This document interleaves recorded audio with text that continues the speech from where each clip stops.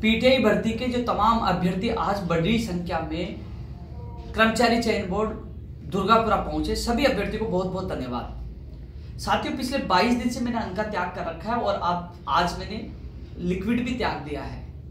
जो 7 फरवरी को युवा बेरोजगारों पर लाठीचार्ज किया, जिसे एसएचओ ने बदसलूकी की, उसको हटाने और जिस दिन मुकदमा दर्ज किया उसको वापस लेने की मांग को लेकर ये मेरा संघर्ष जारी है। मैं मेरे युवा बेरोजगारों को पिटते हुए नहीं दे सकता। जिसने मेरे बेरोजगारों के साथ मारपीट की थी उसके खिलाफ कार्रवाई करवाना बहुत जरूरी है, इसलिए मैंने ये अनशन शुरू कर दिया। ये राजस्थान बेरोजगार एकीकृत महासंघ कार्यालय में अभी मैं मौजूद हूँ, यहीं से मेरा अनशन जारी रहेगा। साथियों, कई लोग कह रहे हैं कि आज लोग हम बड़ी संख्या में आए थे, क्या हुआ, क्या परिणाम निकला, तो मैं आपको बता दूं साथियों। आप आए उससे पहले आपने देखा होगा कि मैं शिक्षा मंत्री जी से विधानसभा में और निदेशक मोदी जी से विधानसभा में मिला था। उनको पहले तो कर्मचारी चयन बोर्ड के अधिकारी ये कह रहे थे कि हमें वो कोचों की आवश्यकता है जो स्पोर्ट्स की जांच कर सके, तो उनकी नियुक्ति मैंने पहले ही आज के प्रदर्शन से पहले ही शिक्षा मंत्री जी से और निदेशक मोदी जी से निवेदन करके वो आदेश जारी करवा लिया था। और आज जो हमने प्रयास किया वो प्रयास यही है, अभी चेयरमैन साहब कह रहे थे कि मैं इस परिणाम को अप्रैल एंड या मई में जारी करने वाला था, लेकिन आप लोगों की संख्या देखते हुए मैं अप्रैल के 2nd वीक तक जारी करूंगा।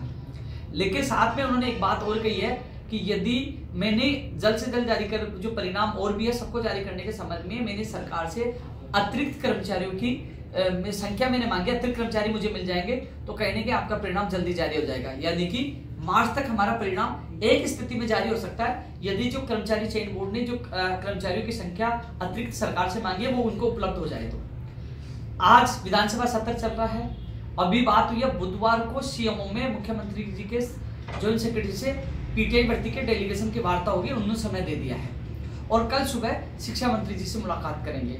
यानी कि अब हमारा प्रयास है कि जो उन्होंने कर्मचारी चयन बोर्ड ने अतिरिक्त कर्मचारियों की जो उन्होंने ड्यूटी के जो काम के लिए जो संख्या वो मांगी कर्मचारी मांगे कि यदि वो उपलब्ध हो जाते हैं तो कहीं ना कहीं उनके सहयोग से आपका परिणाम मार्च महीने में जारी हो जाएगा। तो साथियों, कल सुबह शिक्षा मंत्री जी से मिलूंगा। हालांकि मेरी तबियत अब डाउन होती जा रही है, 22 दिन हो गए अंत्याग केवल आज मैंने लिक्विड छोड़ दिया, लेकिन फिर भी मैं कल सुबह आपके अभ्यर्थियों के साथ शिक्षा मंत्री जी से मिलने चाहूंगा, जिससे वो कर्मचारियों की ड्यूटी लगवा दे, जिससे आपका काम जल्द हो सके। यानी मार्च में नहीं तो 1st वीक अप्रैल तो आ ही जाए, जल्द से जल्द हो सके। और सीएमओ में भी आपके जो प्रतिनिधि मंडल की बुधवार को वार्ता होगी, जिसका समय मिल चुका है। तो साथियों, कभी भी प्रयास विफल नहीं होता है। कर्मचारी चयन बोर्ड अध्यक्ष का कहना था कि जल्दबाजी करके हम लोग मार्च के अंतिम सप्ताह तक भी निकाल देंगे, लेकिन जो फर्जी जिनकी डिग्री डिप्लोमा है वो उनकी जांच करना जरूरी है। मान लो गलती से कोई चला गया, वो न्यायालय में जाकर पूरी भर्ती को लटका देगा। तो साथ ही उनका कहना भी सही है। मुझे पता है पशु चिकित्सक भर्ती 2019 की आज भी लंबित है, 4 साल से 4 महीने से न्यायालय में फैसला सुरक्षित है। तो वो कह रहे हैं कि मैं बारीकी से जांच कराना चाहता हूँ, 2 कोचों की नियुक्ति, 2 स्पेशल कोचों की नियुक्ति इसलिए करवाई है, लेकिन जो अतिरिक्त कर्मचारी मिल जाते हैं तो वो बारीकी से जांच हो जाएगी और मार्च महीने में आपका परिणाम जारी हो जाएगा। इसके लिए भी मैं आपका पूरा साथ दूंगा। लेकिन साथियों, मैं आपको बता दूं, सीईटी, 12वीं सीईटी, ग्रेजुएशन, कई परिणाम और जारी होने, लेकिन आपकी भर्ती को प्राथमिकता दी जाएगी।